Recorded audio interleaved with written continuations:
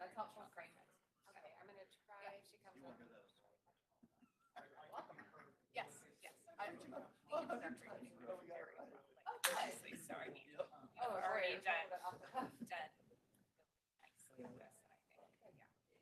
Yeah, well, We'll keep it going. Introductory meeting was halfway. That, we were, working ready. Yeah. But I appreciate improvements other than rolling.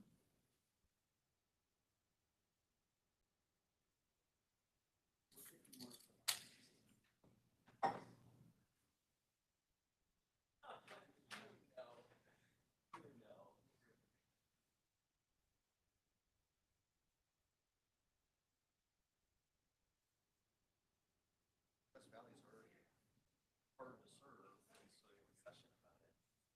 so you have a session about it. 100% of those. I think you were the only one on it. That's a nice election. Yeah. Yeah. I can say I've been. But what's that? 70%. So I'm 17,000 less than me. I'll have to erase. There was a lot of close on balance. he does have that.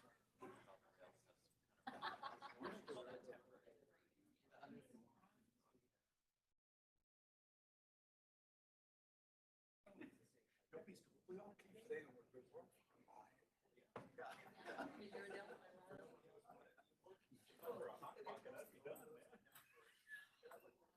Well done, overcooked. So that we can call where we want. Because there's just you're elected anyway, so why bother? I know, I've just. I can't see that. I can't see that. It's just. Oh, good luck. We'll have you.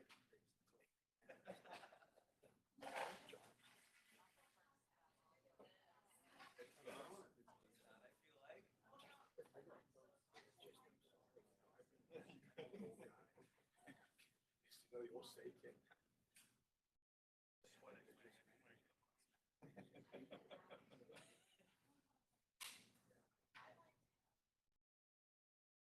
But the few we got.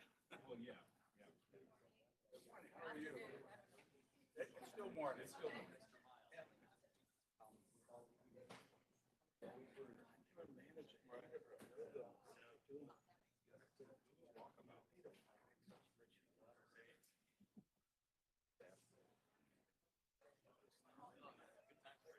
I know for us, I mean,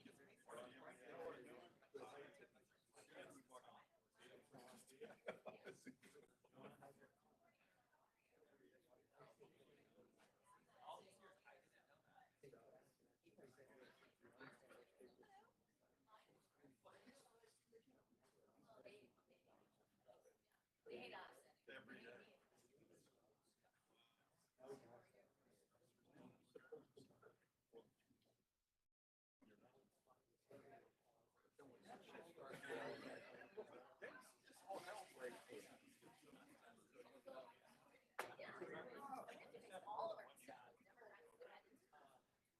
Now I think it's kind of cute.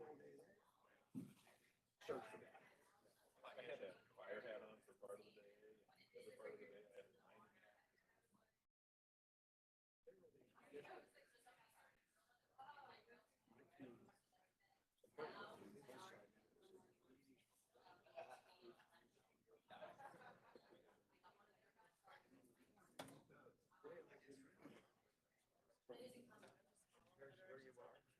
Oh, okay. Oh, thank you.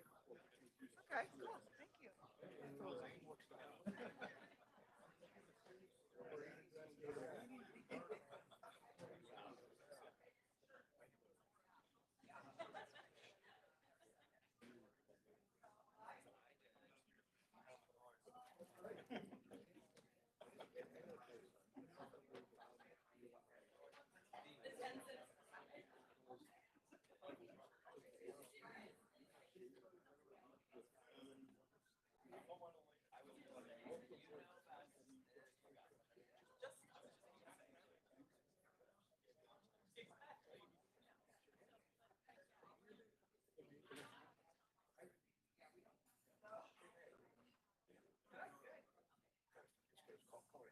over here. I want this and I got.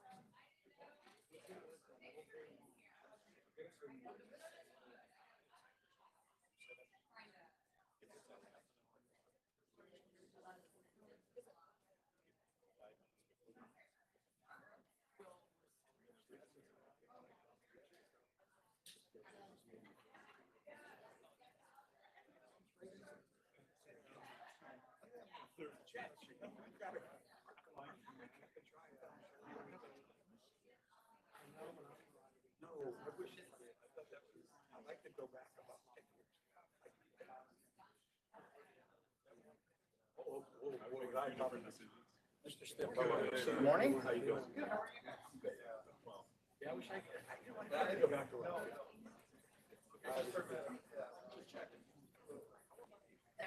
Oh, man, you know what? Well, the first one was like really okay.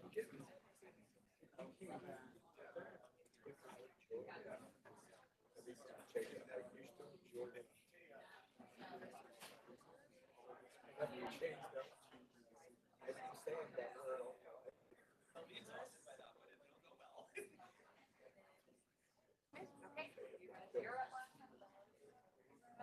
What am I up on?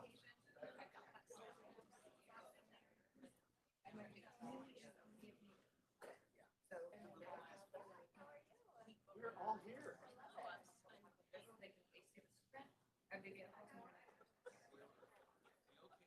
Welcome back.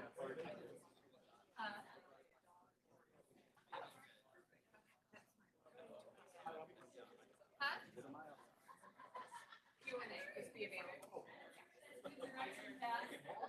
Always available for that. Yeah. I'm like, oh, what? Just Q&A. Yep, as needed. I don't know.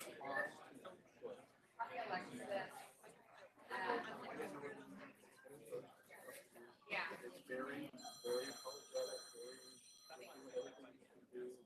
But we have an obsolescence problem, we have a supply chain. And we are working Probably through gonna it. have to be.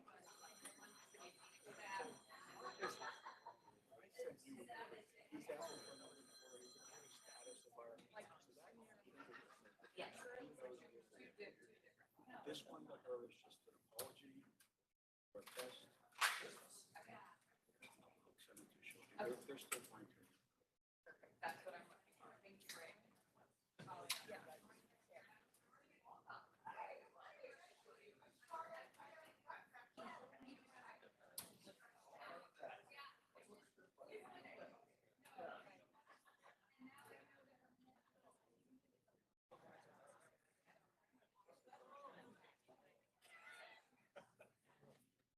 Yeah.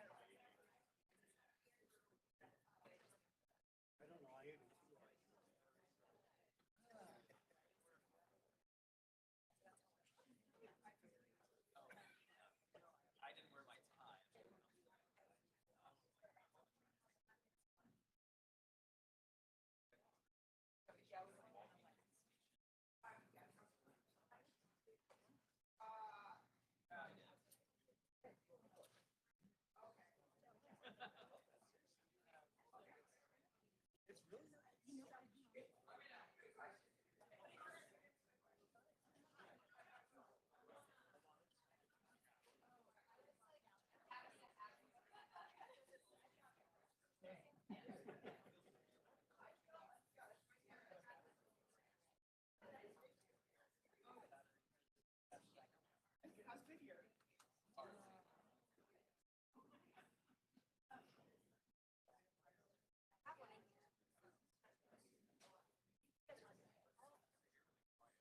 Don't say my project.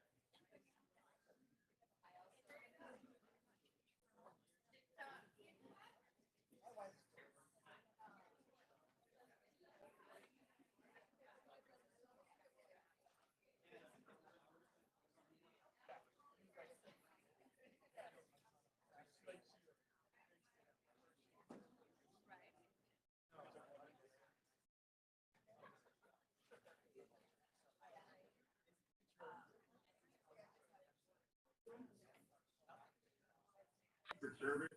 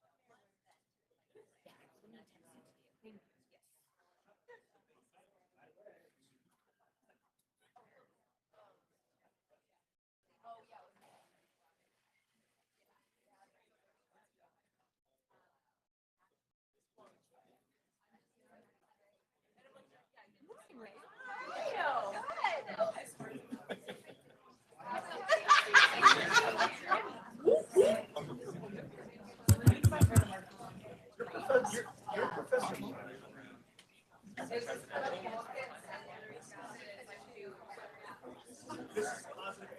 Oh, I love it. I love it. Okay, I can use that. Well, that. Well, yeah. Thank you guys for being here. Yeah, of course.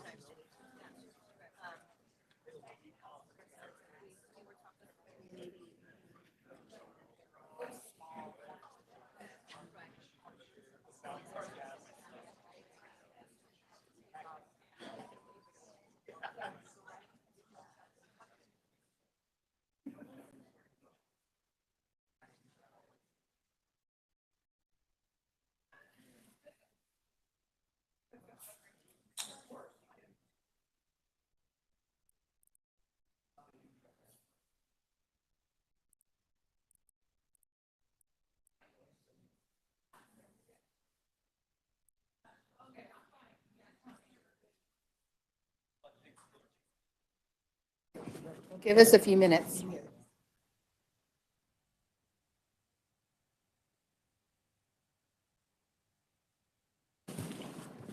Edwards, the next meeting, Edwards, next meeting, I have expectations of you being here. Well, I absolutely wanted to be here today, but unfortunately, I am sick. I don't have COVID, but I'm sick. Oh, well then feel better. I don't want you Yes. getting us sick. And stay home. Absolutely.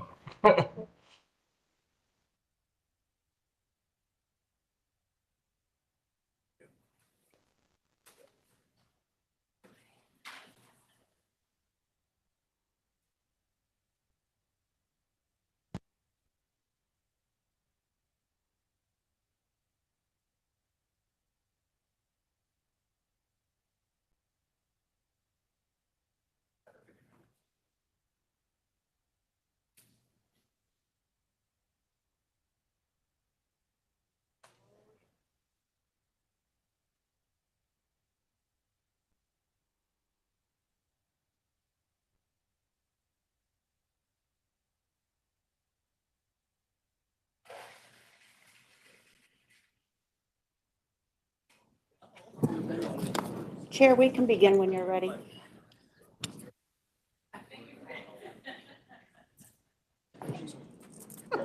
Thank you, Pat.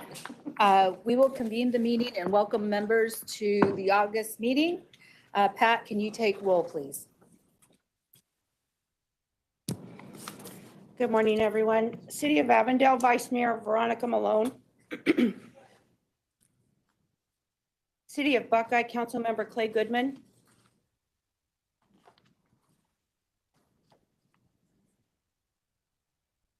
City of Chandler Mayor Kevin Hardkey.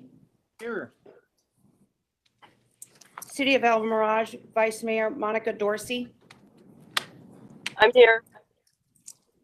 Town of Fountain Hills Councilmember Mike Sharnow. Town of Gilbert Mayor Bridget Peterson. Here. City of Glendale Councilmember Lauren Tolmachuk. Here. City of Goodyear Councilmember Bill Stipp. Present. Maricopa County Supervisor Jack Sellers. City of Mesa Councilmember Francisco Heredia. Here. City of Peoria Councilmember John Edwards. Here. City of Phoenix Vice Mayor Laura Pastor. Present. Town of Queen Creek Councilmember Leah Martinow. I'm here. City of Scottsdale Councilmember Kathy Littlefield. City of Surprise Councilmember Chris Judd. Here.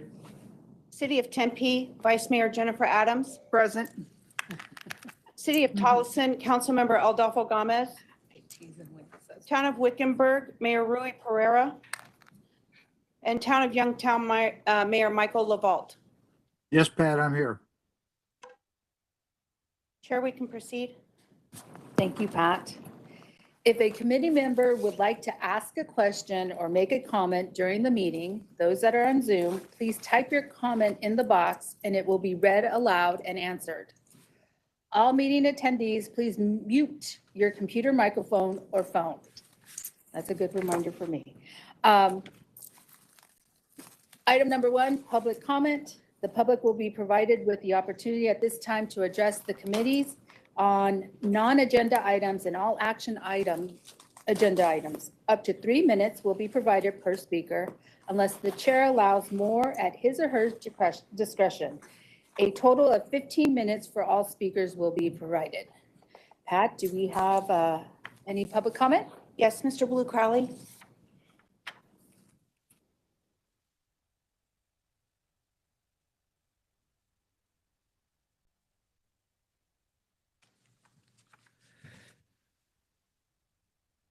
Document I'll be discussing is the minutes for a couple months ago when I stood up here and asked some serious questions in my own mind of what were the marching orders for the $30 million that you had given the lobbyists and also to High Ground to do whatever, and specifically asked and always thought that when I'm asking a specific question for information that I get it. And what that was is, what was the marching orders for those people and how were they doing the plan?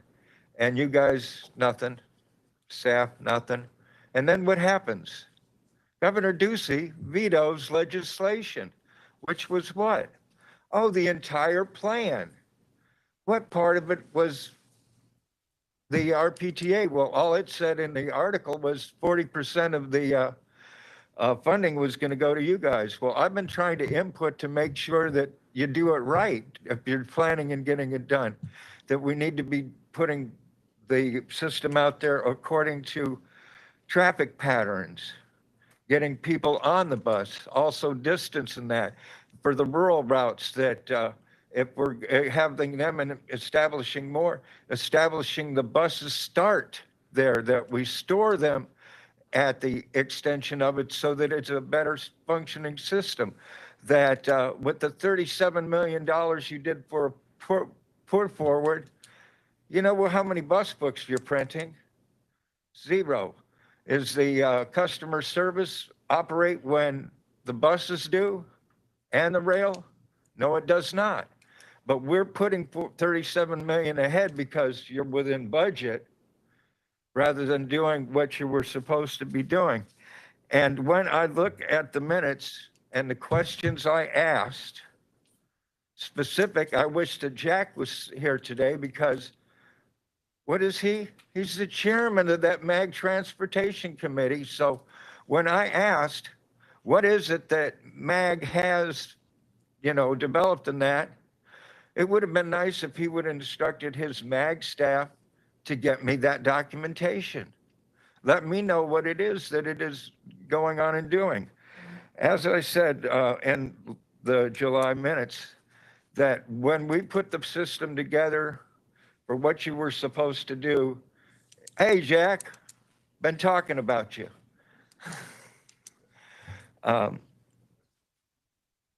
In fact, I'd like, could I get an extra 30 seconds so that I can relate to him about the need for the MAG people to... Just continue, and then I will ask Jack later to speak with you. All right, well, just wasting that 16 seconds, I'll just run it over this way that when I'm asking for the documentation and that, I was the one that wrote the bus part a long time ago. It only took you 25 years to getting it done and doing it.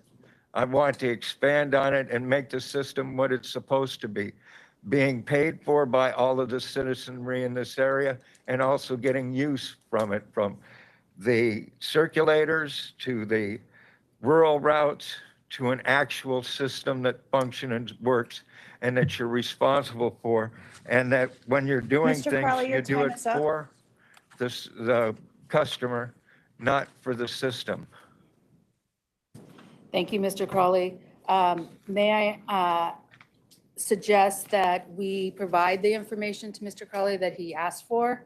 It is public record, and the information that he's asking for, if we can respond to him. And if it cannot be, it's something that we can't respond to please provide that communication. Yes, Chair. Thank you. Thank you. Item number 2, Chief Executive Officer Report. Jessica Melford Miller.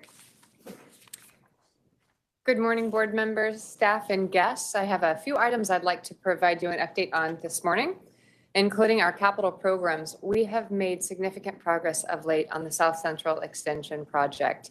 July marked a critical milestone. We hit our 50% completion mark. We also laid the track work in the downtown area that will form the basis of our now 2-line system. I commend staff from our planning, our construction teams, our communications and community engagement team who have been working with our customers as we moved through several months of single tracks in downtown from day to day, where to board and which station was going which direction was changing a little bit. And they did a remarkable job of making sure our customers were informed. Our operations team also kept our trains running as close to schedule as possible, and they did a fantastic job of that. We're moving through a little bit of growing pains. We're working with the communities to minimize the impact of our construction activities. We've had a lot of discussion of late on the South Central Corridor about how we can do a better job supporting those communities, and we're making great progress. Next slide. Meanwhile, on the Northwest Extension Phase 2, we're also making significant progress. This project, like South Central, is moving on time and within budget. We have much of the bridge work done. You can see the beginnings of the station. This is the Dunlap station. I had the opportunity to visit this project yesterday. It looks fantastic, and we look forward to delivering that again on time and within budget to the community. Next slide, please. I want to continue to keep you posted on a monthly basis about our workforce shortage and the actions Valley Metro and our partners are taking. You received our monthly workforce update this morning in an email from Ms. Dillon. We have progress. We had a strong turnout at a Valley Metro job fair that we actually hosted in partnership with the City of Phoenix and our contractors and several others that happened in downtown on July 20th. We extended several offers of employment. 39 of those offers were accepted on the spot today. We're making some changes to how we hire employees. We're now hiring employees starting every week so that we can get them in the door, get them trained for a number of positions as soon as possible. Our contractors have adopted the same approach. We and they are offering attendance incentives, retention incentives, and sign-on bonuses. We are focused not just on recruitment, but on retention of the existing skilled professionals who keep us moving every day. We still have a long way to go because while we're recruiting, we're continuing to lose employees to attrition. We'll keep this conversation moving. Next slide. Another exciting development is a focus on introducing zero tailpipe emissions vehicles to the Valley Metro fleet. Later next month, we anticipate awarding a task order to a firm associated with our planning on-call services to create what we call a fleet transition plan. Think of that as the blueprint for transitioning our existing fleet of revenue and non-revenue vehicles, which today are compressed natural gas, diesel, and gasoline, to zero tailpipe emissions. You have to take a long view. When we purchase vehicles, we typically keep those revenue buses for about 12 years. These are long-term purchases. We also have to design our facilities and our operations and maintenance programs around the fleet that we purchase. We don't have a fleet transition plan today, and this is actually something the Federal Transit Administration now requires to qualify for low or no emissions vehicle competitive awards. FTA just announced a record number of low or no emissions vehicle awards earlier this week. And this work will tee us up so at the next low-no cycle, Valley Metro will be poised to compete for that funding and to begin to transition our fleet. I want to say that Flagstaff is right now testing a fleet out. Yeah, Flagstaff and Tucson also Okay. has a fleet. So some of our peer agencies across the state. Yeah. Next slide, please. With respect to operations and maintenance, part of what we're doing here as an organization overall is taking a look at how we do business, how we perform our services, and looking for opportunities to do better. One of those areas is taking a deep dive look at our operations and maintenance. And that's our core business here at Valley Metro, is delivering mobility services across the region. We've invited a group of our transit industry peers, organized by the American Public Transit Association, to come and spend a week with us. They actually arrive on Sunday, doing a deep dive and looking at our team, our structure, our functions, our capacity, our operations and maintenance contract content, our management of those contracts, to help us develop a plan for improvement in our performance. This is an opportunity for us to take a step back from the day-to-day business that we do and really focus on how we can do better moving forward. The peer review process itself often covers a number of different disciplines. I've participated as a reviewer and as a reviewee in the past, and it is a great opportunity to rethink how we operate. We are engaging member city staff, and on Tuesday, a number of city staff members will interview with that peer panel. We'll have a final report from APTA at the end of September. Next slide. I want to talk just a little bit about Prop 400 extension. Our last communication was after the governor's recent veto of the enabling legislation. While we're all disappointed in that, there are a few pieces of content I want to ensure that this board is aware of. First and foremost, Proposition 400 has given us so many successes across the region. Prop 400 has allowed us to construct the tremendous rail infrastructure that we have today. It is the primary source of funding for the operation of all of our regional bus routes, and it is the source of funding for our paratransit programs and support some of our ride choice programs across the valley. If we take a look, next slide, please, at the regional impact of Proposition 400, I want to show you the routes that we operate that are supported by Prop 400. So these are our regional express routes that are shown in red. The source of funding is Prop 400. Next slide, please. And then our local routes. Some of the routes are locally funded. Those are shown in gray. Those routes that are funded with public transportation funds, which is Prop 400, are shown in red. I haven't shown you all of our paratransit trips across our 525 square mile service area, but we are serving communities across the valley. Prop 400 is the single source of funding that allows us to put out those vans every single day. For our capital programs, Prop 400 is not only the local match to secure big federal investments in projects like light rail and streetcar, but it also enables the continuance of all capital programs. So think of that as purchasing vans, which we're going to talk about today, purchasing buses, purchasing equipment, as well as our facilities. In order to avail ourselves of the once-in-a-generation opportunities included in the bipartisan infrastructure law, we have to have a local source of funding to attract those federal funds. Our local source of funding is Proposition 400 and the forthcoming Proposition 400E. In addition to those projects under construction right now, we have large capital programs teed up for planning and design, including CapEx and I-10 West. The city of Phoenix has a bus rapid transit study underway. We also have the Rio Salado streetcar extension. All of those planning, design, construction would be supported by a presumed Proposition 400 extension. We should remember the great successes we've had and also the coalition that it took across this region, the leadership, the consensus to create the plan. That's the framework for Prop 400E. Now more than ever, it is essential that we all pull together, that we speak with one voice about transportation infrastructure and transit infrastructure and service across the valley. I want to try to push that service part to the fore of our discussion because for a lot of the non-transit elements of Prop 400E, it's capital and it's infrastructure, but here in Valley Metro, Prop 400E is what keeps us moving every day. Okay. Next slide, please. Nice. Okay, so a look ahead. We've got a lot on the agenda today. After a July board recess, our next scheduled board meeting will be September 22nd and then October 27th, looking ahead. That is all the reports from me. Thank you, Chair. Thank you. Appreciate it. Item number 3 is Audit and Finance Subcommittee update. Councilmember Stipp, you're on. Thank you, Chair. I'll try to be brief as well. After our July break, we had a very long meeting, really focused very much on all the audits.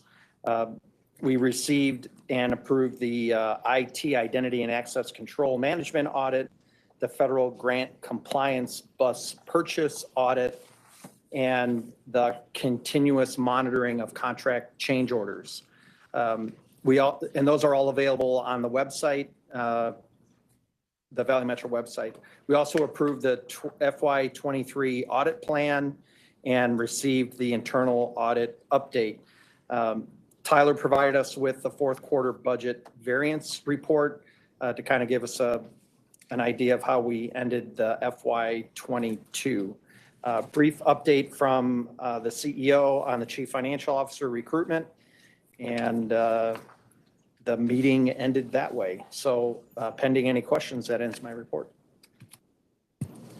Are there any exciting questions? No? Okay. Thank you. Thank you for your report. Item number 4 is consent agenda. The consent agenda is present for action. Are there any questions on the consent agenda or would like to remove an item? I don't hear anything. May I have a motion and a second to approve the consent agenda? Move approval of the consent agenda. I'll second. Councilwoman Tomachoff made the first motion, and Vice Mayor Jennifer Adams made the second. All those in favor, please say aye. Aye. Any nays? The motion passes. Thank you. Item number 5. Marketing and Advertising Support Services Contract Awards. Take it to you. Thank you. I'd like to invite Mick Weber of our marketing team to address this item. Thank you, Jessica. Good morning, Madam Chair and board members. I am Mick Weber, the marketing manager, and I am here. Staff recommends that the boards of directors authorize the CEO to execute one-year contracts with 2 one-year extensions with Hackett Advertising Public Relations Interactive, also known as HAPPY, MJM Advertising, Heart and Soul Marketing, Magnatree, and On Advertising for marketing and advertising support services in an amount not to exceed $2,250,000 over the 3-year period. The current year expenditure level is estimated at $750,000 and is included in the Valley Metro adopted fiscal year 23 budget. Contract obligations in fiscal year 24 and fiscal year 25 are estimated at up to $1.5 million. And those will be reflected in the future budget.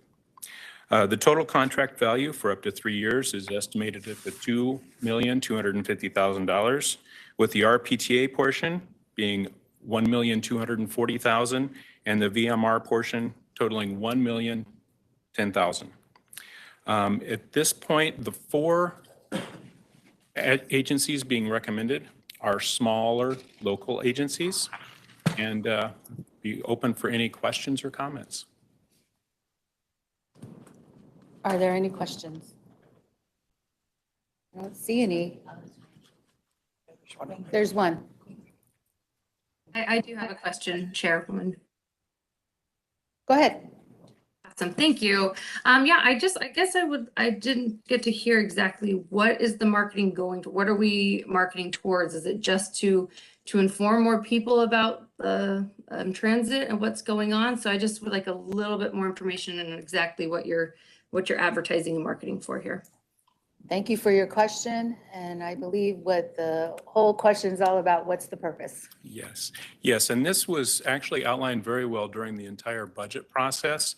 In the memo, we talk about marketing our transit services, especially during the final or the following campaigns, Super Bowl and NCAA Final Four, which are both coming up, ridership recovery, promotional efforts, Respect the Ride educational campaign, driver and pedestrian safety, new fare system, the fare collection system modernization, education and promotion. We do have the two-line rail system that we are working on currently with the track that has been laid. We will be starting the promotion of that, as well as commute solutions and travel reduction program that we will be also helping with. All right, thank you. Councilwoman, no further questions? Anybody else? Can I have a motion and a second on this item? So moved. I have a motion by Councilmember Stipp and a second by Councilmember Heredia. I guess we will vote on the motion. All those in favor, say aye. Aye. And any nays? Nay. There's one nay. The majority passes. Thank you. Thank you. And those that are wondering why I'm stopping, this is my first meeting, and so I'm trying to figure out all the names and where it's coming from and questions, so give me some grace, allow me some grace. Yeah, you are. Item number 6, operations cleaning service contract change order. Jessica Medford Miller. Good morning again. I'd like to invite our Chief Operating Officer, Ray Abraham, to the podium to address the operating cost change order with DMS, which is our cleaning services contractor that supports Valley Metro Rail as well as regional bus service. Mr. Abraham. Thank you, Jessica. Madam Chair, members of the board. This is coming before you. It is a change order with DMS, who is our cleaning contractor. They're responsible for cleaning all of our stations along the light rail system, all of our facilities, the OMC Mesa facility, and also for cleaning the LRVs in the evening when they come in from service. Over the last year or so, we've been working with this contractor. They've been struggling to acquire staff, to maintain staff. And today, as we speak, their staffing level is approximately 45%. So obviously, our stations and our trains are not being cleaned to our standards. And we've worked with them, and they've worked on their own. They've gone to job fairs. They've advertised throughout all the job hiring entities. They have increased salaries on their own a couple percent, but we don't seem to be able to attract the staff. We at Valley Metro did a little study of our own. We looked at some analytical sites that talk about jobs within the area. The average janitorial job in Phoenix right now is between 15 and like 16, 50, 17 an hour. But those are your typical janitorial jobs. Our folks are out there in inclement weather, hot weather. They're out on the platforms. They're cleaning trains. They're cleaning bio. And then the night shift that cleans our LRVs, it's a hectic environment because as the trains come in, they all have to be cleaned every day, every night. The hours are not appealing by no means. So we feel the only way we're going to increase this staff and maintain this staff is to increase the wages. So that's what you see before you today. It's basically a change order to go to DMS to increase the wages of their employees, and hopefully they'll be able to fill their staffing needs. I would be happy to answer any questions. And it is not to exceed. So not to exceed $2,686,749. Thank you. You're welcome. For the period of September 1st, 2022 to December 31st, 2025. Is that correct? Yes. Thank you. 2025. Thank you. I need a request of a motion and a second on this item. I move approval of item number 6, operations cleaning service contract change order. Second. Thank you, and that's not to exceed the $2,686,749 for the period of September 1st, 2022 to December 31st, 2025. Thank you. Thank you. All those in favor? Question. Oh, okay, we have a question, sorry. Mr. Stipp, I was waiting for the discussion part. yeah, I'm moving. Good discussion. Especially from you. Go ahead. Ray, what did we end up moving the hourly rate to? We are recommending, it is in the memo, Mr. Stipp, we are recommending $17.50 for the alignment cleaner, $17.50 daylight shift, 18 night shift. Thank you. I know it was in the memo, but for anyone who happens to be watching that's not reading it. Okay. Understand. We talked about the hourly rate. I just wanted to get it out into the, Yes. into the minutes. So thank Okay. you. Yeah, and that's for the bulk of the cleaners, and there's other positions that are going to be slightly adjusted. Thank you. Are there any other questions? You see any on Zoom? I don't. Okay. We're ready to vote? All those in favor, please say aye. Aye. Aye. Aye. Tell you how nervous I am. Those not in favor, please say nay. Motion carries. Item number 7, quarterly reports. This is an information only. Anybody want information? If I may, Chair, may I Go make a ahead. comment on this item? Sure. You have the detailed quarterly report in your board packet today. Staff has been working to produce a format that is a bit more condensed and really tells a narrative about our performance, our strengths, our areas where we've got to focus on improving performance. You'll see a first version of that draft. It's in your email this morning. It came from Ms. Dillon. It looks like this. And I encourage you, when you have the opportunity, to thumb through that quarterly report summary. We'll continue to provide the detailed information, which includes our performance metrics in your board packet, as well as the summary, which we'll also be sharing with our other communities, including RTAG and TMC RMC. Thank you. Thank you. Any questions? Madam ahead. Chair. I do have a question about the quarterly contract authority monitoring report. I think this is I want to say the first time we've seen it in this format. So it does not include any numbers. It just talks about the contract description, the anticipated, the cause, executed change order date.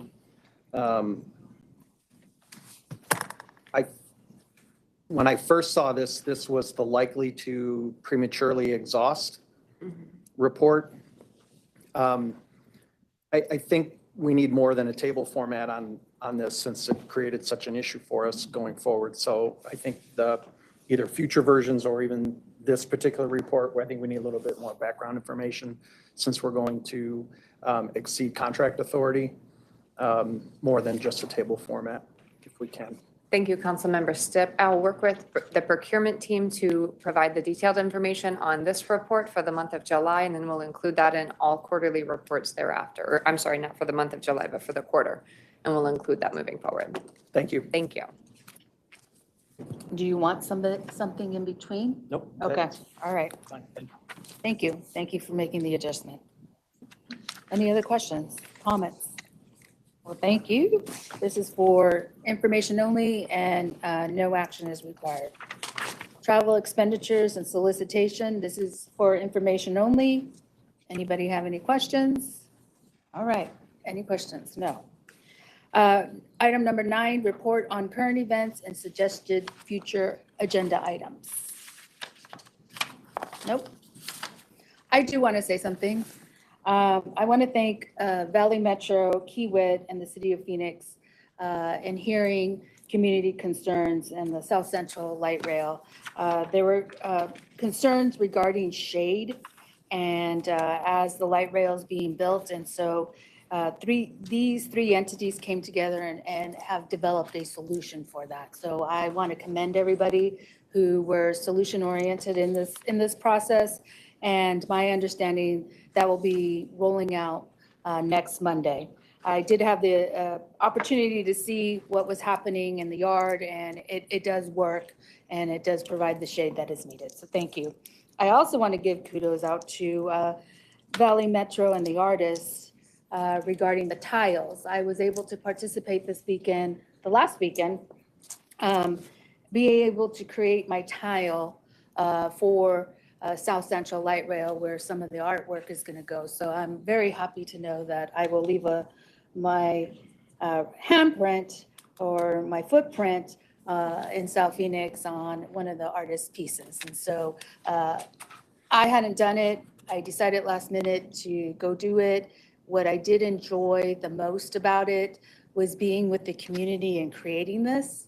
And the fact that the pride that was there in the participation and that they were going to leave a little token of their families within that area. And it was being nice to be with generations of families. So I do want to thank you for doing that for the community and also providing that experience for me. The next meeting is the joint boards is scheduled for Thursday, September 22nd, 2022 at 11:15. Do I have to ask for a motion or anything? I can just adjourn it, right? Okay, I'm adjourning the joint board meeting. Now on to the next one. Okay. Valley Metro RPTA, Thursday, August 18th, 2022. I think I have the right one, yes.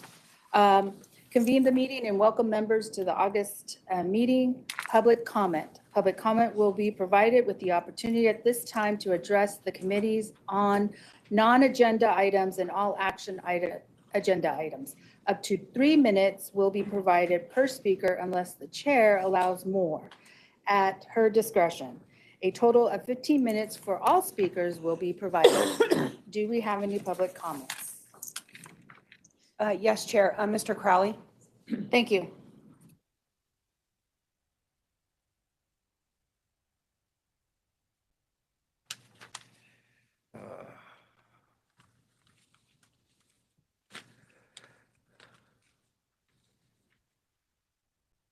One of the things you just passed was the miscellaneous construction projects when you're dual meeting. And one of the things it has in there is install bus bays and shelters. I'd sure like you guys to get up to industry standard and have a bus shelter every quarter mile, because that's the way it's supposed to be. And in that new plan, would that be in there so that we have a more effective and efficient system, being that we don't protect people from the rain here, we protect them from dying from the heat. And if you don't have the shade there, how's that done? And one of the shade things I don't see in here is one of the construction projects is the drinking fountains on the rail. Just a thought. But then when it comes to the rail and bus, you guys paid, what was it, $30 million for planning, and 600,000 of that was for the bus part, for the rail and buses to be maturated. And well, they don't understand the term multimodal because there's what, 6 or 8 stops that don't have the connectivity. In fact, one of them said, well, 12th Street's only 3 blocks from 15th Avenue, and you're in a wheelchair and it's 117 in the shade. That's the system working for you, right? No, what that is the rail having sway because of both the amount you put in it and its importance. When I see the amount of input for your change of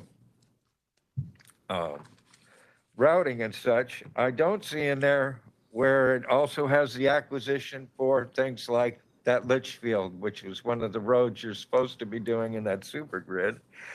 And also it says input opportunities, virtual public hearing, online current cards, emails, and social media. Standing up here, I thought was also a place where that happens, and it's not something that you guys advertise saying, hey, the public can input to us, the board, to let us know what's happening and what's needed. But instead, the system says we go out of our way to get it done. And then back to what I had been communicating about, Jack, is that when I was up here 2 months ago and asked about what was the plan and got silence from the board and them, I didn't know that you were the one that had all that information. And I would like your staff to please get that information to me. What is the transit part of it? And what are you doing? Are you going to be expanding the rural connectors? Are you going to be having the buses there to do that as in a correct way to do it? What about the bicycle facility going across I-17 at Osborne in the short-range plan? Where is that? Like I said, I wish you guys could do more. Mr. Crowley, your time is up. I understand that, ma'am. I was picking up my stuff and saying goodbye. Was there a reason you Mr. had to Crawley, interrupt? Mr. Crawley. Thank you. Appreciate it. Item number 2, consent item. The consent item, oh, what am I doing? The consent agenda is presented for action. May I have a motion? I make a motion. Move approval of the consent agenda? Vice Mayor Jennifer Adams made the first motion, and Councilwoman Tomachoff has the second. Are there any discussions? I made the. She made the first one and you made this. Okay. Well, I'm going to turn it on right now. I make the first motion to approve. And you're the second. How's that better? I'm trainable. Second. Okay, thank you.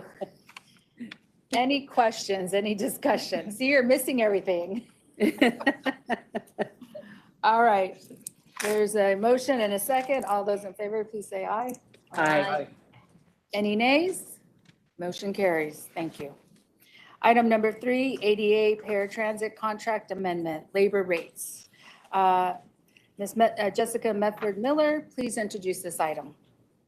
Thank you, Chair. We have 3 paratransit items on the agenda today. I'd like to invite Tom Young, our Manager of Accessible Transportation Services, to the podium. Each item is related. The first is the continuance and support of our existing paratransit service, and the other 2 items are the beginning of shifting some of our operation, and Tom is going to talk about that on the second of the 3 paratransit items. Mr. Young, please. Thank you, Jessica. Madam Chair, members of the board, the request in front of you today is to give the CEO authority to increase rates associated with increased staff wages and subcontractor inflationary increases based on current economic realities, and to implement corresponding mid-year budget adjustment of $400,000 to fund these adjustments. ADA complimentary paratransit is currently provided by TransDev via a direct operations of 70% of the service, and the other 30% of the service is subcontracted to local taxi companies. The reimbursement of the subcontractors is a direct pass-through to Valley Metro. To assist with driver recruitment, TransDev implemented an across-the-board $2 an hour increase for their drivers' wages and implemented a $1,500 signing bonus. So with that $2 per hour, their starting wage for the operators is $15 an hour now. Beginning July 22, TransDev subcontractors submitted a cost increase to TransDev for their increased wages and other economic issues such as fuel, parts, lubricants. The contract we have with TransDev requires them to submit any of those requests directly to Valley Metro for evaluation and approval. We have reviewed and analyzed the request and agree the proposed rates are reasonable, although we are not actually approving what they initially submitted, but we negotiated them down. Part of what we've initiated with the subcontractors is a fuel surcharge. So instead of them just giving us a rate to increase, we negotiated a fuel surcharge based off current rates of fuel. If fuels drop, we will not be committed to the higher cost. So this item right here is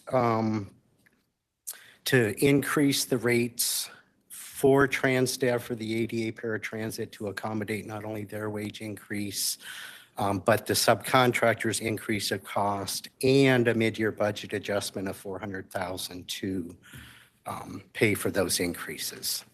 I can answer any questions. Any questions? Questions? There are no questions. May I have a motion? May I have a motion and a second? I move the item. I second it. Okay, there's a motion on the ADA paratransit contract amendment, and there is a second. All those, any discussion? All those in favor, please say aye. Aye. Any nays? Motion carries. Item number 4, Ride Choice Management Service Contract Award. Again, I'll ask Mr. Young to address this item. Thank you, Jessica. Madam Chair, members of the board, the request in front of you is to give the CEO authority to execute a contract with MJM Innovations for the Ride Choice Management Services for a period of 1 year with the ability to extend up to 1 year. March 19th of this year, the board authorized the CEO to issue an RFP for Ride Choice Management Services to allow the appropriate time for Valley Metro to procure a contractor for the combined reservation and scheduling function for regional ADA paratransit and Ride Choice program. 3 firms submitted proposals. 2 of those 3 firms were deemed responsive in their proposals. We had a working team representing the city of Mesa, the city of Chandler, Surprise, and Tempe on the evaluation, and we had the highest degree of confidence and foresaw the fewest risks with MJM Innovations, who is our current Ride Choice broker. So the request in front of you, again, is to give the CEO authority to execute the contract with MJM Innovations for Ride Choice Management Services. The period is a 1-year contract with the ability to extend up to an additional year in an amount not to exceed $14,864,550. Any questions? May I have a motion and a second on this item? So moved. Second? Second. Thank you. Mayor Bridget Peterson is made the first motion, and the second was by Councilmember Tomachoff. Yep. Any discussion? We're ready to vote. All those in favor, please say aye. Aye. Any nays? Motion carries. Thank you.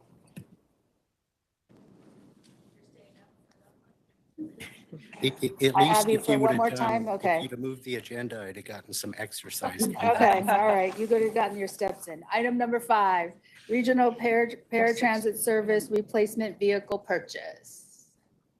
Okay, thank you, Madam Chair. Members, the request in front of you is to give the CEO authority to make a change in the current vehicle order of 54 cutaway vehicles from a 1-ton Ford chassis to a 1-ton General Motors chassis on current chassis availabilities. So to provide some history, back in March of 2021, so 17 months ago, the board approved a purchase of 26 Ford Transit vans. However, due to the impact of the pandemic on manufacturing, Valley Metro had to change those chassis to a Ford E-Series chassis. This order of vehicles have not had chassis assigned yet and are still outstanding after 17 months on order.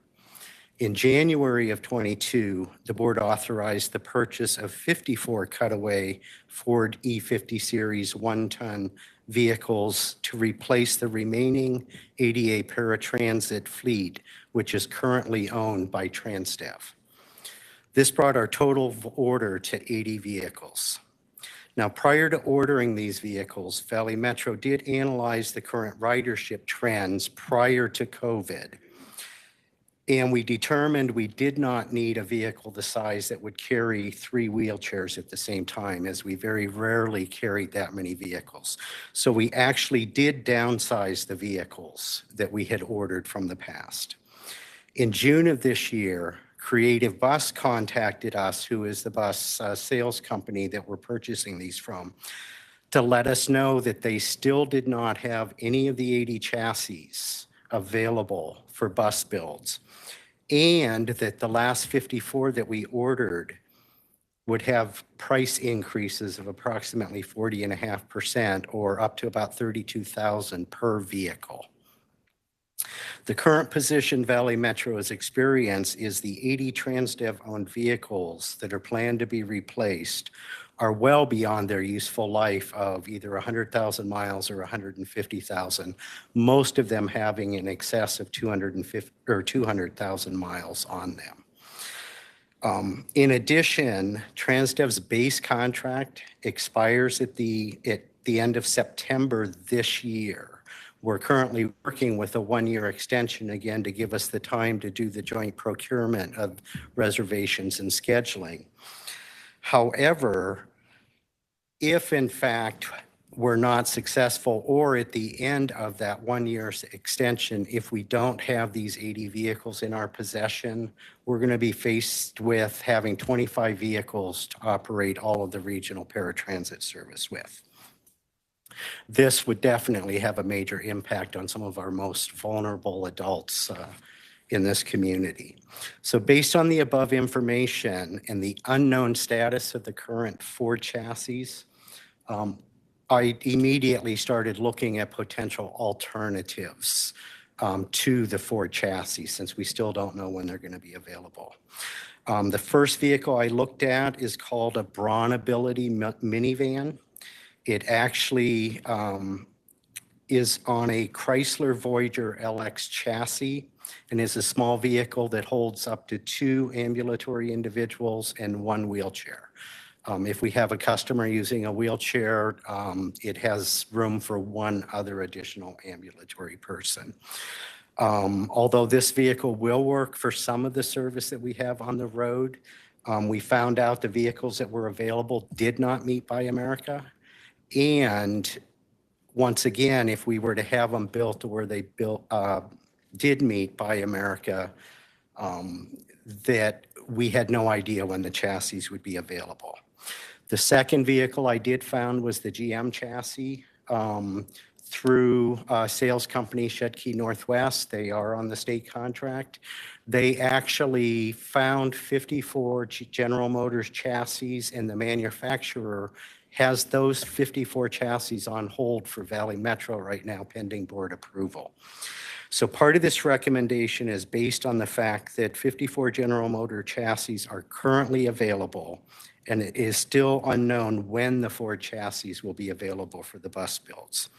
The second part is the urgency, is the current age of the fleet Transdev owns, and the fact that their contract is coming to an end, and we need to get those 80 vehicles replaced so that as we do the next procurement, whoever the successful proposer is will have vehicles to operate. As I stated earlier, the first 26 vehicles after 17 months have not had chassis assigned. If they were assigned today, there would be another 6 months of bus builds before we would get them delivered. So we're really starting to push up against that September 2023 date. So kind of as a side note, I'm continuing to work on this Braunability Minivan right now. And if we can get beyond the Buy America barrier and find chassis available, I will probably be back in front of you asking for the initial 26 vehicles to be changed over to the Braunability, but we need to get beyond those barriers to begin with. So today I'm recommending that the board authorize the CEO to change the current vehicle order from a 1-ton Ford chassis to a 1-ton General Motors chassis, same type of vehicle that is on order, or that we have on order today. So I am open for questions at this time. Vice Mayor Adams? Yes, thank you for your presentation. I'm just wondering if you can look at the vehicles that have the most miles on them and start with those and kind of do a step approach because of the, the supply chain issues, and perhaps in a year that, they'll get better. but I just am thinking that might be another way to get around it if it's possible. Like, so the vehicles over 250,000, vehicles over whatever, 100, 150 or 1,000, and we start with those and in baby steps more and not the whole thing at once, just to try to save some money. And Great question, and I can guarantee the minute we get the vehicles built, the first ones that we'll be replacing are the ones that have the highest maintenance costs, highest miles, so we will get the most expensive to maintain out of service first. Okay, great. Thank you. Vice Mayor. Yes, any other questions? Yeah. Councilmember Heredia. Curious on you mentioned as far as the stats on usage, trips.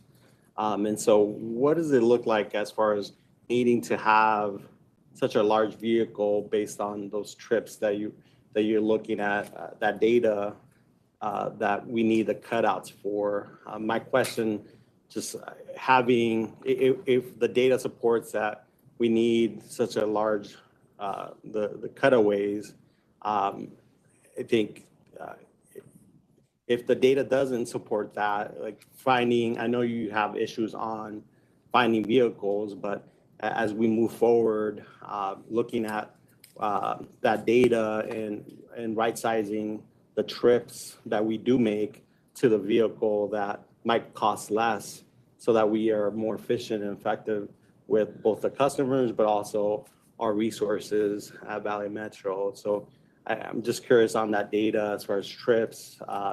What does that look like as that we need such a large vehicle moving forward? Other than we can't find any vehicles right now, but after this purchase, how can we schedule that piece or understand that piece better in order in advance moving forward? Great comments, Councilmember Heredia.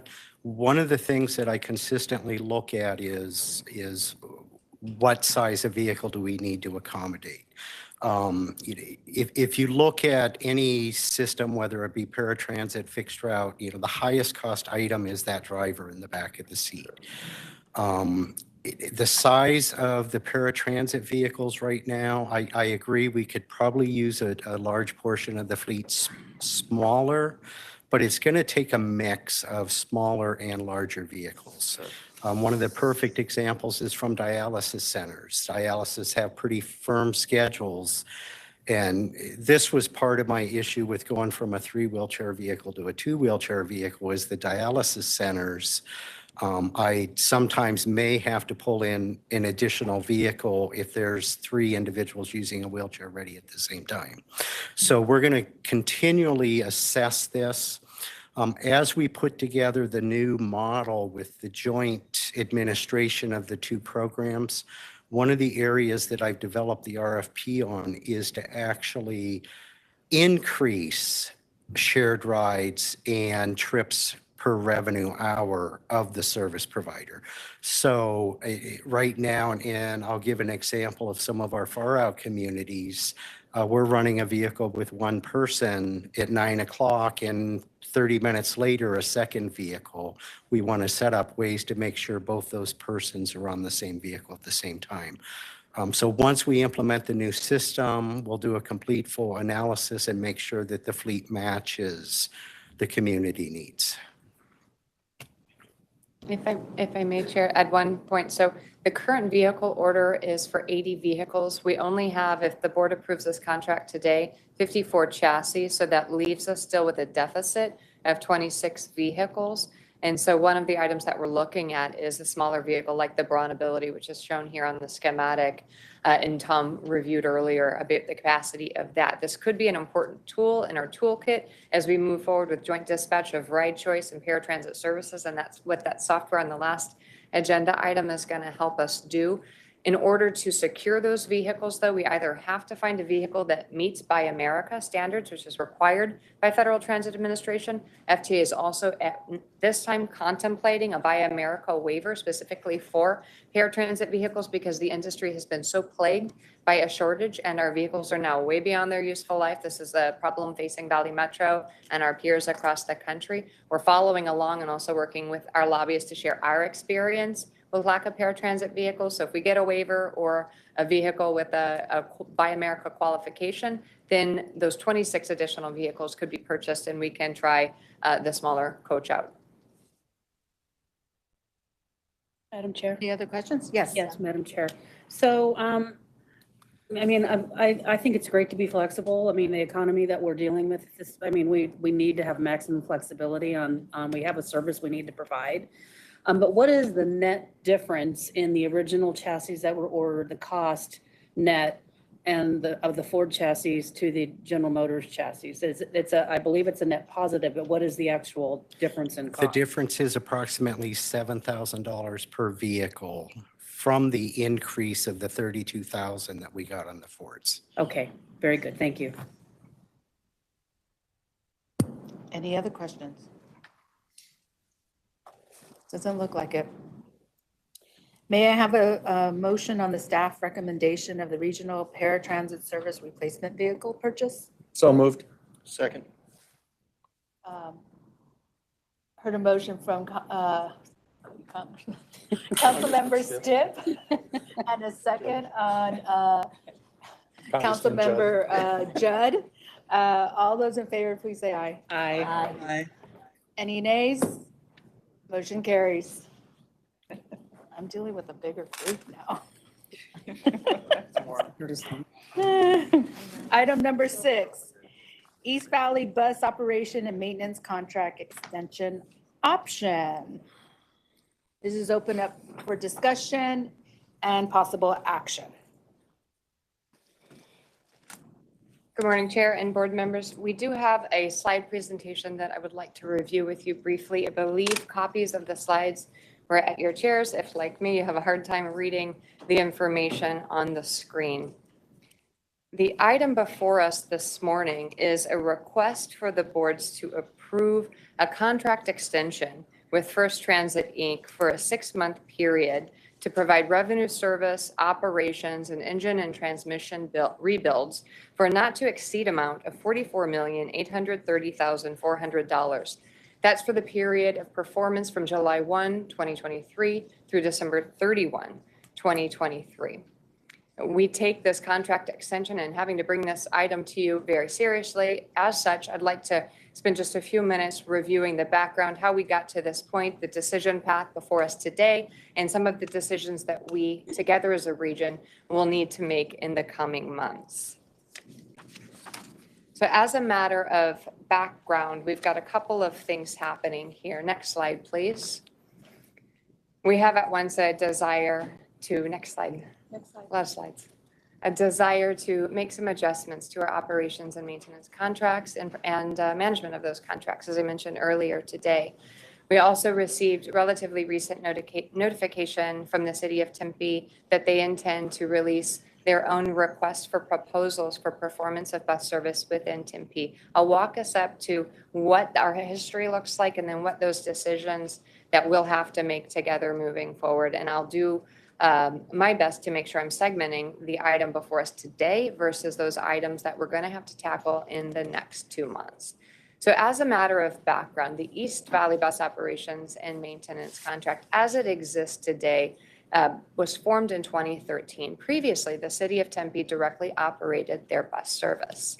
They came to join RPTA for bus service through a relatively comprehensive program and study that resulted in what's called the Scout program. That was a trial period for a 3-year term in which City of Tempe, together with their sub-regional partners in the East Valley, chose to begin contracting through Valley Metro RPTA for that service. The idea was the first 2 years would be the trial. That 3rd year, Tempe would either issue their own RFP or remain within the RPTA contract. They chose to remain within the RPTA contract. In addition to that 3-year base, we together as a Valley Metro, as a Valley Metro board, authorized subsequent contract extensions to First Transit for the performance of this service. That contract, which is the execution of the last available option years, is scheduled to expire on June 30th of 2023. The procurement process and the preparation to transition from one contractor to another on a contract of this magnitude is 12 months. So it's 6 months for procurement and then 6 months to transition from one operator to another. Next slide, please. So at the time in 2013, I mentioned a little bit of the background, but a couple of points that I want to make. At that time, the request for proposals that Valley Metro RPTA actually issued was a request for 3 separate proposals. One was for the East Valley service as it existed with RPTA prior to 2013. So that service that primarily serves the communities of Mesa, Gilbert, Chandler, City of Phoenix, City of Scottsdale, and there's some other smaller elements in there. We also issued a request for proposals for just the Tempe operated service, which is primarily local routes and circulators. And then we also issued a proposal for joint operation of service. This allowed the region to contemplate the costs, the benefits, and the requirements of each of those options. The regional partners at that time chose to select a joint regional operation. The cost of that in 2013 dollars over that 3-year initial period was a savings of about $3.7 million. That was relative to First Transit, which is the bar graph shown on the left. First Transit's proposal for regional service versus First Transit's proposal for 2 separate contracts. So that is what was decided, and that's what we've been operating under more or less since 2013. We've had 2 extensions since that time. Next slide, please. So the unification included a few components. It's important to note what those are because if now we disentangle, we'll have to move through the reverse of these decisions. So this includes transference of assets in this instance, namely buses, parts, and operating facilities. RPTA has since 2013 been leasing space at the East Valley Bus Operations and Maintenance Center from the City of Tempe. We have a number of intergovernmental agreements with the City of Tempe for use of this space and use of the vehicles. We executed 2 subsequent extensions, as I mentioned, together. Those decisions were made in 2016 and 2018. Okay, so fast forward to present day. Next slide, please. So here's where we're at, and here's how we arrive at needing to extend the contract.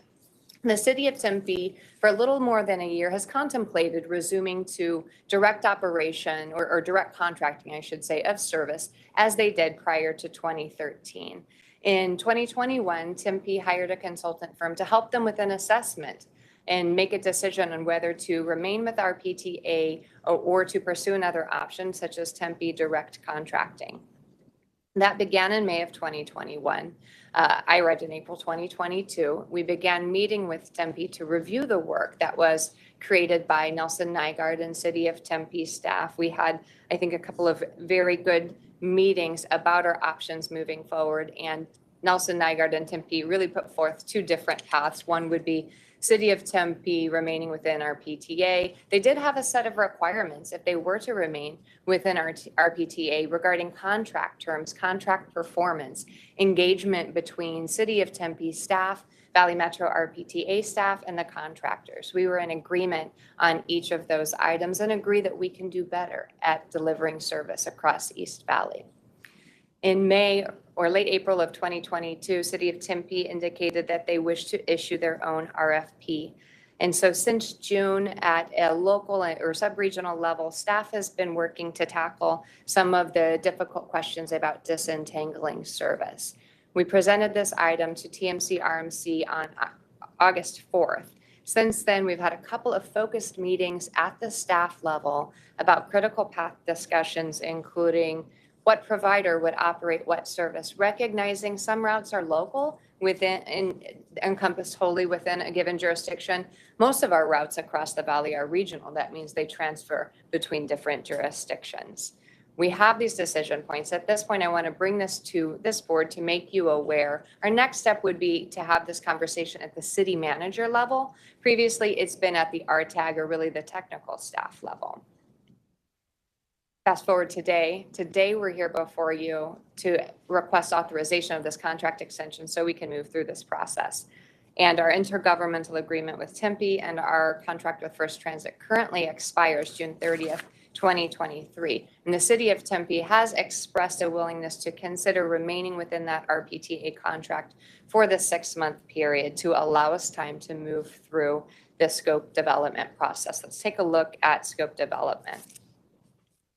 So staff actually presented to this board in January of 2022 a request to issue an RFP for operations and maintenance of East Valley bus service. That was approved by this board. Staff subsequently worked to develop that scope. However, we need to develop a revised scope of work at this time. Our initial timeline proposed does not allow us to have the very important conversations that we need, because one of those critical items for scope is what's in the scope, what service is actually being operated, so that potential bidders can be responsive. Next slide, please. So in March, Valley Metro staff did provide member cities with a draft scope of work, but again, that doesn't include any potential changes. So moving forward, we've got a few key scope focus items that we'll have to decide with respect to performance. So ignoring geography and who operates what for a moment, items that we're working through are role definition between contractor and contract agency, so Valley Metro, City of Tempe, performance management, really working to tighten performance criteria included in the O&M contract, and then our management and execution of that performance criteria. Recall my mention earlier of that apt-to-peer review. This is focused on just that, as well as identification of a set of performance standards or KPIs and a continuous improvement process for being responsive to those KPIs. Also, we've really got to codify and improve upon our communication and collaboration between the contracting entity, in this case, Valley Metro RPTA, and the member cities with whom we're doing business. Next item. Now, with respect to geography specifically, we have to determine who operates what. We call this route assignment. So that's which provider, but then we also have to take it a step further. And I don't want to get too into the weeds today, but we have to decide which bus routes come out of which facilities. In East Valley, we currently operate bus service out of the Mesa Greenfield facility and the Tempe East Valley Bus Operations and Maintenance Facility. One of the advantages or economies of scale we achieved back in 2013 was leveraging the then underutilized Tempe EVBOM and then alleviating some of the large volume that we had at the Mesa Greenfield facility. It also helped us minimize what we call deadhead time. That's just the time it takes from a bus to get from the garage to the beginning of its revenue service. I like the strategic position of those two facilities, one being southwest, the other being further northeast. So we would have to look at that route assignment. This discussion actually happened just yesterday between our technical teams.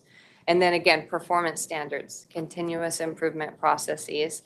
And then we have to consider the financial impact for member cities, but I do need to tell you, I'm not equipped to provide a cost estimate today to member cities of what your service cost would look like under the various provider scenarios. We don't have that information until and unless we actually have proposals from contractors. I shared the 2013 information with you as a matter of backdrop. That's the best that we have to draw from.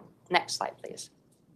So this is a revised timeline that we have prepared. 6 months is the longest period of time we can extend the RPTA East Valley Bus Operations and Maintenance contract without losing federal funds. So this has to be a federally compliant contract.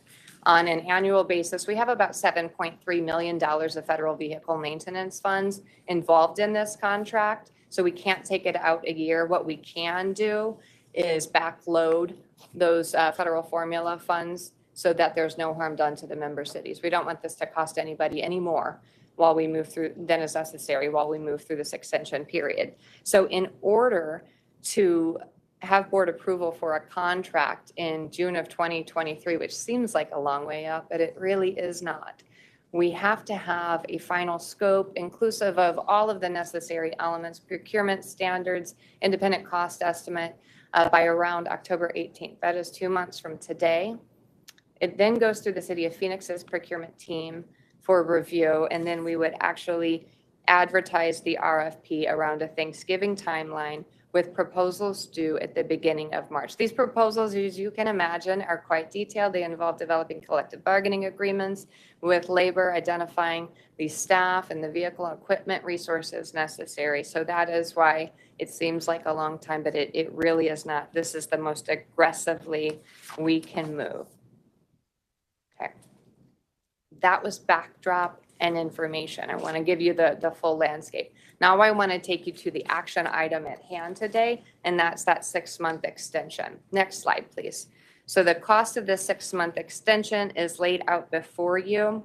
For the 6-month period of time, the proposed cost, this came to us from our vendor First Transit. We are currently negotiating with First Transit and reviewing their detailed cost proposal. It is $42,279,745 plus a 5% contingency. That's $2.1 million. That contingency, if tapped into, would be for items like additional revenue service, such as service expansion, if a member city chooses to expand their service offering, enhanced service for special events. So think if we were running shuttles to a Super Bowl or something like that, and then bus bridges as necessary.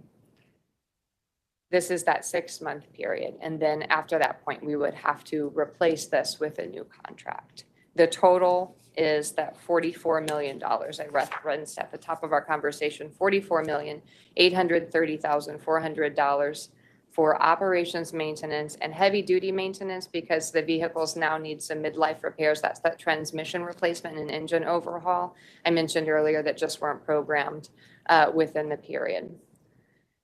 So that's the recommendation. And then I've got another slide if we need to go back to those future discussion points as reference. But I want to pause here and turn it back to your chair. Are there any questions? Go ahead, Councilor Stitt. Okay, I'll go to Councilmember Stitt, Councilmember Harkey, Mayor? Councilmember Heredia. Mayor Harkey. Oh, Mayor, I'm sorry, Mayor Harkey. I didn't want to say Kevin, but Mayor.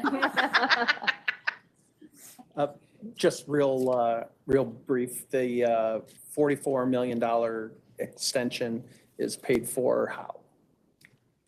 RPTA, member city contribution, combination of both? Combination of both. Yeah. Thank you. Thank you, council member. So we have intergovernmental agreements with each of our member cities, and they outline the use of funds, which are for this type of contract. They are local funds and they are PTF, public transportation funds. We would have to have new intergovernmental agreements with the member cities to support this contract extension. Thanks. Mayor Harkey. Thank you, Vice Mayor. Hey, I have some questions, and maybe I'd like to make a recommendation as part of this. Is there any way that as part of this motion or recommendation that we can encourage the city of Tempe to work with Valley Metro to, beyond their own RFP or separate RFPs, to issue a joint RFP so that there can be a true comparison of costs for the city of Tempe and their council? I'm a little concerned that not only with them, there was a reason that we went to this procedure before, and I just would like to recommend that we issue a joint RFP. This here obviously has some pretty big impacts on Chandler with routes 56, 66, 72 and 81, that we, in terms of our ability to control some busing within our city. So what would it take to add the consideration of a joint RFP to be part of this process?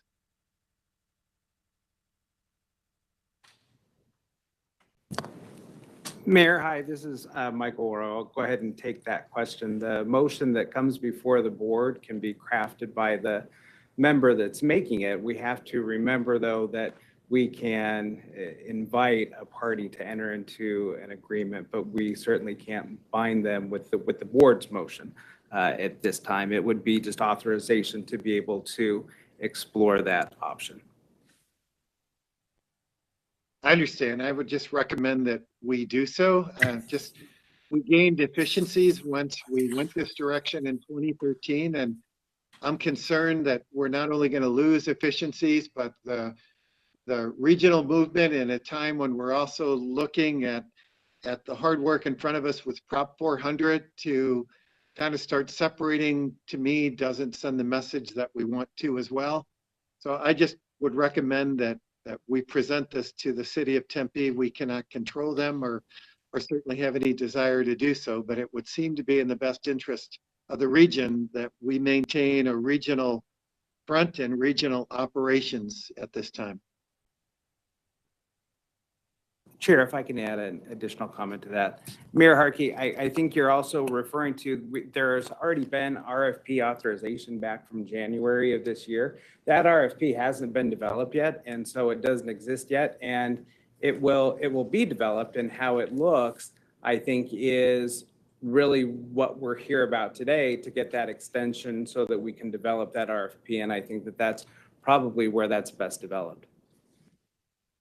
I accept that. I just want to make sure that Tempe is going, before they make a decision at a council level, that they're going to have all the information. And I think a joint RFP would be important for them to have as they look at their own RFP. Thank you. Vice Mayor Adams.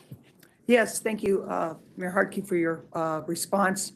The city of Tempe just wants to focus on the extension right now of the contract. However, we are open to continuing our conversations. And our main purpose for wanting to go solo is my understanding is that we had some customer service issues. And we do have a new CEO now, and we're going to prepare to meet with her with our council and discuss some things and not make a decision on it at this point. Councilmember Heredia. Just want to echo, thank you, Vice Mayor Adams.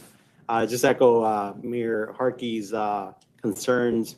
For Mesa, we intend to work on a regional solution for transit and want to keep that, and hopefully communications keep evolving and with all parties involved here so that we can all work on a system that works for everybody.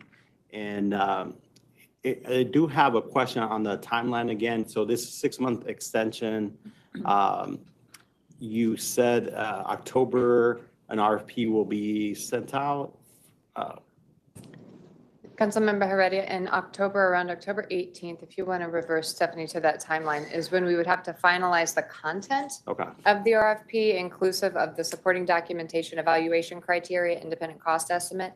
Then RFPs go through City of Phoenix, who is the Federal Transit Administration designated recipient, and then it would be released around November 23rd to potential vendors.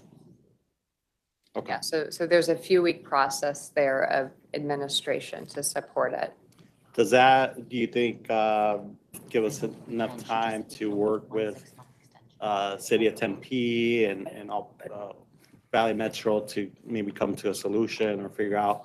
I think so. It's aggressive, but we've been working together. We're not strangers to one another, and we have such strong, I think, collaborative relationships within our teams. Those relationships, I believe, have strengthened of late. I'm confident that while it's pressure, it can be some healthy pressure, and we can move through this and rise to the challenge. Perfect. Thank you. Councilwoman Tomachoff, and then Mayor. Thank you, Madam Chair.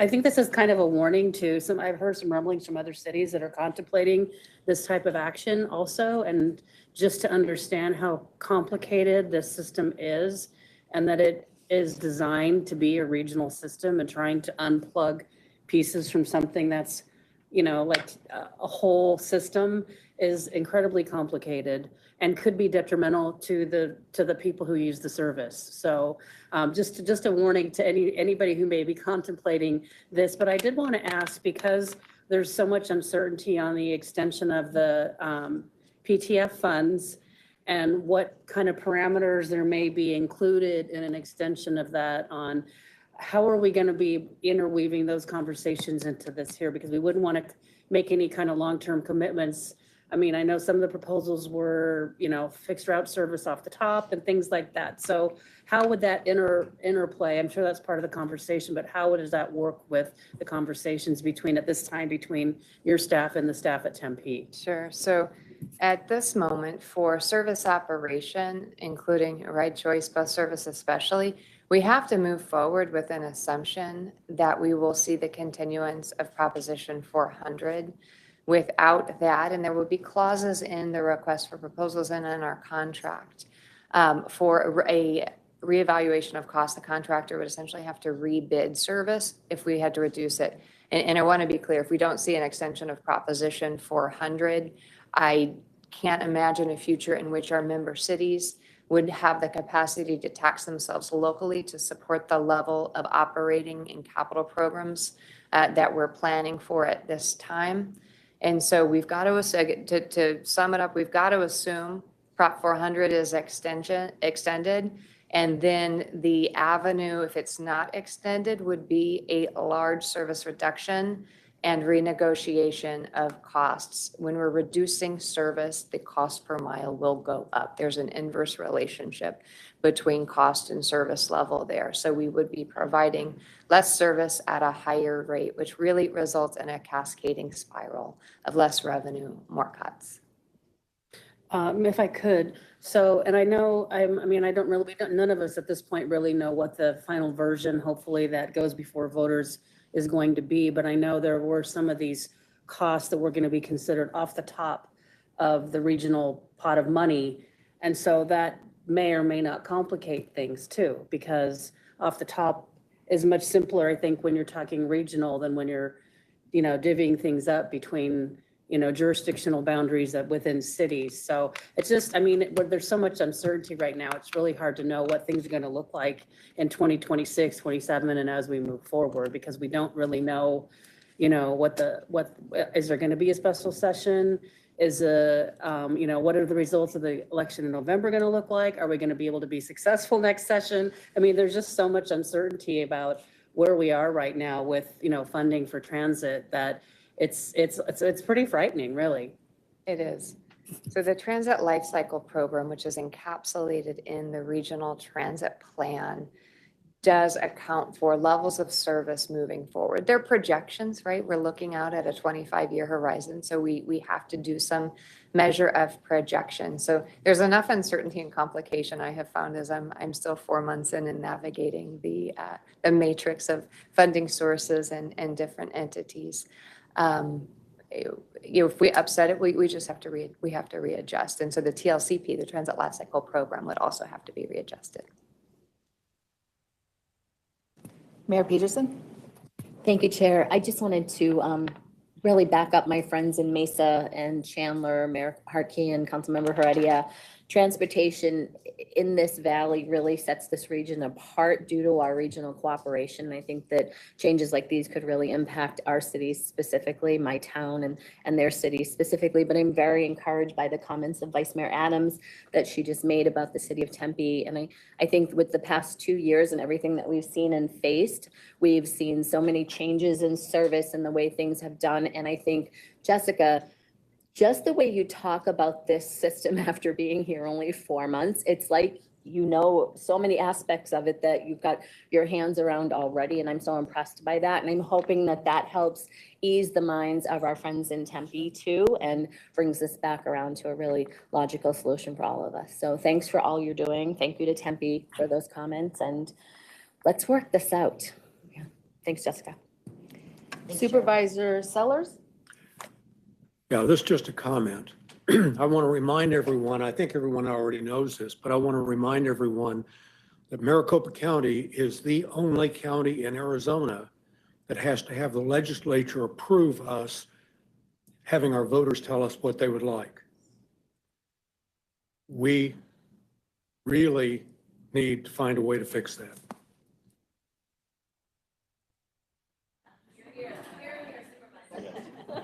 There's agreement.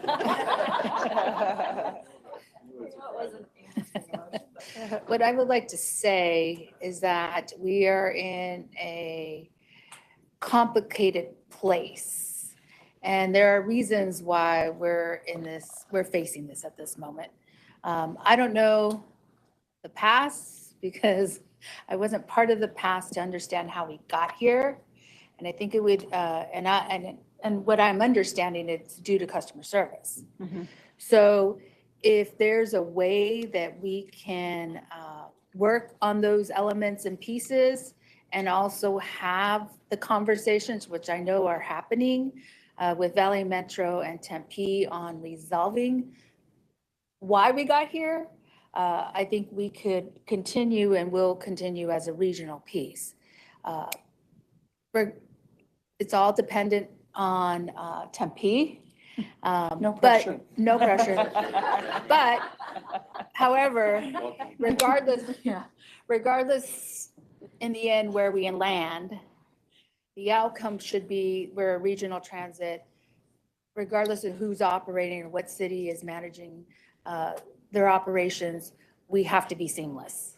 And so those are kind of the sticky pieces, because when it's not one whole system and you're operating, it's a different dynamic that happens in a room with multiple voices and wanting to get to that outcome. So I appreciate Vice Mayor Adams and taking on this lead and taking this role, but I do have the faith that we will get there.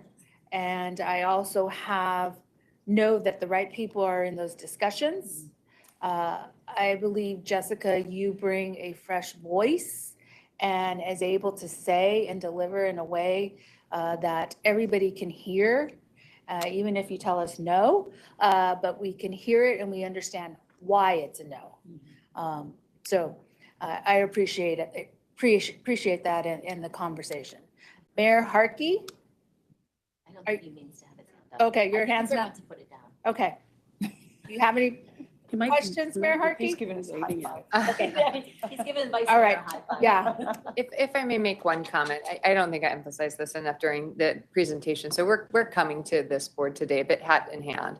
When I first arrived here and started meeting with Tempe staff who are in the audience today, they had a number of concerns, primarily about customer service and our service performance. And I listened and I looked at the numbers, and 4 months later, I'm in agreement with those very real concerns. This is an opportunity for us to rethink how we are designing, delivering, and contracting for service. So regardless of the outcome and the who operates what, those concerns about service performance are going to be reflected in our path forward. Thank you. Does anybody have a motion? Chair, I move to approve the motion that was presented to us in our staff report today, packet today. Second. Mayor Peterson, we have a motion and a second was Councilmember Tomachoff. All those in favor, any discussion? I remembered. Any discussion? No discussion. All those in favor, please say aye. Aye. Aye. Any nays? Motion carries. Discussion. Item number 7, Audit and Finance Subcommittee election. Okay. Mayor Peterson. I've done it before. Mayor Peterson, are you sure you don't want to hide under We were the? in and out in an hour the last meeting. Mayor Oh, Peterson. Bill, I get to work directly with you. That is That's true, my yeah. promise. That's your uh, goal. I request a motion and a second to elect Mayor Bridget Peterson to the Audit and Finance Subcommittee for a 2-year term. 2 years? So moved. Second? I'll second. All right. A motion is made by Councilmember Stitt, second by Mayor Adams. All those, any discussion? You want a discussion, Peterson? You sure? Do I look crazy? Stop giving her chances. Just move this. I'm warning you. Bill's like, don't let her get out of it now. Yeah. All those in favor, please say aye. Aye. Any nays? I was gonna say no. No nays. Okay. Motion carries. Welcome. Item number 8, report on current events and suggested future agenda items. There are none. The next meeting is Thursday, September 22nd, 2022 at 11:15. I am adjourning the RPTA meeting. I have one more. Chair, Don't leave. Chair, if we can wait just 1 minute while everybody clears out. Oh, I know, If they're not I know. staying, then we can. That's what I said, don't leave. Yeah.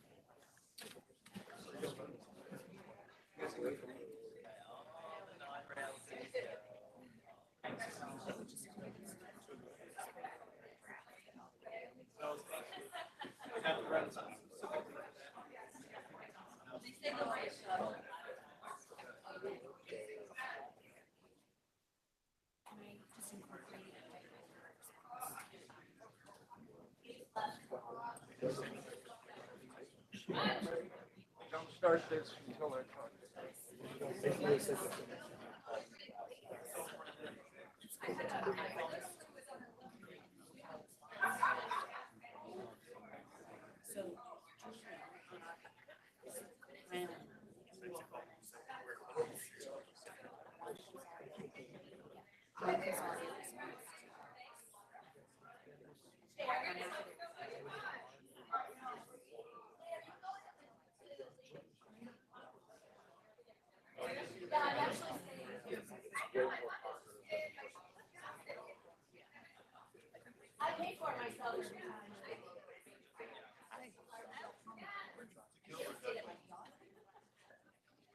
Thank you, everybody. Thank you.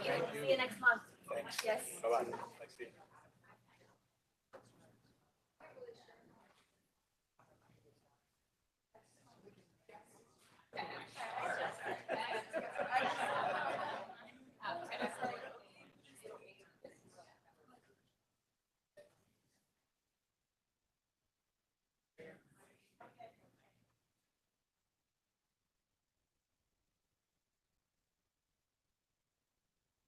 Have a good week. You as well, thank you.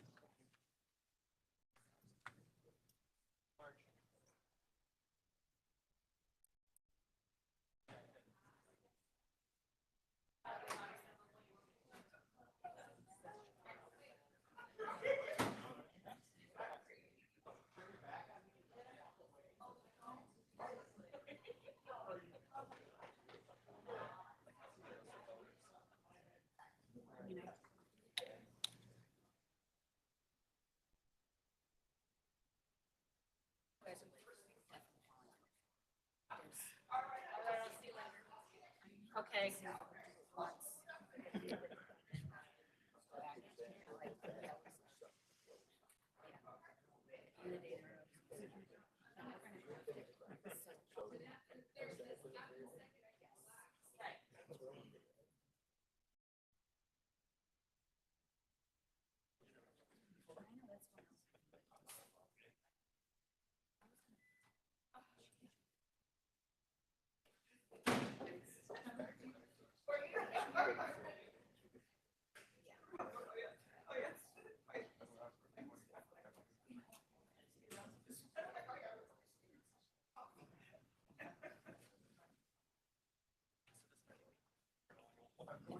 We can begin when you're ready, Chair. We can go? All right. I am convening the meeting and welcome members to the August meeting. Public comment. The public will be provided with an opportunity at this time to address the committees on non-agenda items and all action agenda items. Up to 3 minutes will be provided per speaker unless the chair allows more at her discretion. A total of 15 minutes for all speakers will be provided. Pat? Mr. Crowley? All righty. And what I have to say is that how come, Braille, you have no concept of multimodal? Now, I understand from the chair, you're going to be looking back at those stops and that, but when you spend $30 million for somebody to design stuff, and you also say that you're paying them to work the bus stops, why isn't it multimodal? Were they not instructed that? Is that not the awareness of air quality? And also, when you don't have the stops blended, your most vulnerable clients are subject to what? As I said, with that one stop being at 12th to 15th, 3/8 of a mile, if the person is in a chair, that's one thing, but what if they're minimally ambulatory? You're causing what? To design the system for who? The machine? Why aren't you designing it for your clientele? Also, you've got the Northwest Extension and naming on that. And back in the 70s, when they were building Metro Center, I would sit on the porch of my farm at Dunlap and the freeway. It ran from the freeway to 25th, from Dunlap to the canal. And if you want, you can name that station after me, but that's just a thing there. But when I see that you're going, because you said the Dunlap station, I don't see that as Dunlap and 25th. I see that station as being in the Metro Center Parkway and the Metro Center area. So when you're saying Dunlap, you're what, almost a mile away from where that is and what it would be doing. So back to the arrogance of the rail. You need to be more multimodal. You need to be doing it correctly. And when it comes to that new extension and such, I believe you're being delusional that you think that it's going to pass and that the legislature moved to the right. So why would they even be bringing it up over the next 2 years? The reason for the hostility, ask Pat, Mr. Dabalski, and the rest of it, that each one of you were enemies against each other. You need to cooperate. You need to start working for us and get the job done right. That is to instruct it to be multimodal. And also, you remember the thing about the drinking fountains? Is there anything today of you guys saying, hey, we need to get all of those drinking fountains on the rail covered? No, just a thought. Sorry for the 17 extra. Thank you, Blue. Item number 2, the consent agenda is presented for action. Are there any questions on the consent agenda? If none, may I have a motion and a second? I motion to approve 2A. Second. All of them. Oh, I apologize. I'll motion to approve all of them. Thank you. I'm easily trained. And who did the second? My second? Is that Mayor Harkey? Yeah. There has been a motion and a second. All those in favor, please say aye. Aye. All those, please say nay. Motion carries. Item number 3, board officer election. I request a motion and a second to elect Vice Mayor Jennifer Adams as the chair of the Valley Metro Rail for fiscal year 2023. Do I hear a motion? Motion to accept Vice Mayor Adams as chair. Councilmember Heredia, do I have a second? Second? Mayor Harkey gave us a second. Any discussion? All those in favor, please say aye. Can I vote for myself? Yes. All those not in favor, please say nay. Motion carries, woo! Item number 4, I'll finish this meeting and the next meeting is yours. Okay. Item number 4, report on current events and suggested future agenda items. Nothing? I don't hear anything. The next meeting is Thursday, September 22nd, 2022 at 11:15 a.m. And we will then go to item number 5. I request a motion and a second to enter into exec session as outlined on the agenda. May I have a motion? Second. Okay, I have a motion from Councilmember Heredia and a second from Vice Mayor Adams. All those in favor, please say aye. Aye. Aye. Any nays? Motion carries. We are in exec session.